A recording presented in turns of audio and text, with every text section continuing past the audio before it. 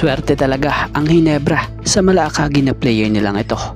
Biruin mo, hindi talaga mabubuli sa ilalim ang Ginebra dahil sa manlalarong ito.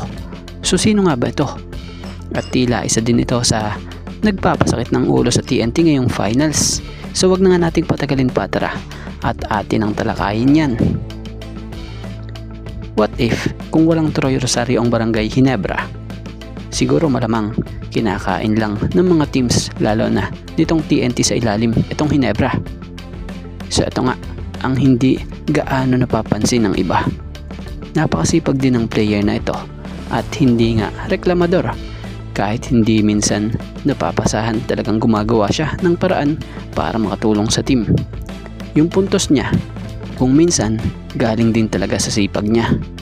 Alam niya yung role niya sa team at alam niya yung kailangan niyang itulong sa koponan. Sobrang swerte ng Ginebra nga dito sa big man na ito dahil siya nga madalas yung sumasalo ng mga sikot, tulak at tuhod ng mga kalaban para lang makakuha ng rebound.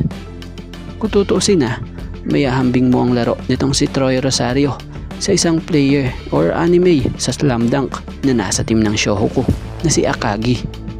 Kita mo sa final series na ito siya yung kumakana madalas sa ilalim, mapa-opensa, nandyan or maging sa rebound. Kumbaga parang Akagi na upgraded kung saan may tira sa tres. So kagandahan nga kay Troy Rosario, bukod sa pagiging center ng Ginebra, kadalasan pang power forward din ito or isang stretch forward. Advantage ni Troy, may outside shooting nga siya kumpara sa ibang bigs, kung saan nakakapagbigay spacing din siya sa kanyang team. Versatile player din ito, kung saan hindi lang isang posisyon ang kaya niyang paglaruan dahil sa kanyang tangkad at bilis. Yung pagiging athletic niya, malaking tulong rin or atletisismo, mapa-opensa man yan or pagkuha ng rebound. At bukod naman sa may tira ito sa labas, kaya niya nga rin pong umatake sa basket at tapusin ang play malapit sa ring.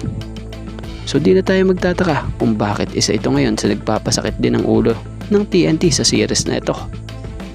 So kayo, ano masasabi nyo sa estilo ng laro nitong si Troy Rosario ngayon dito sa Barangay Ginebra?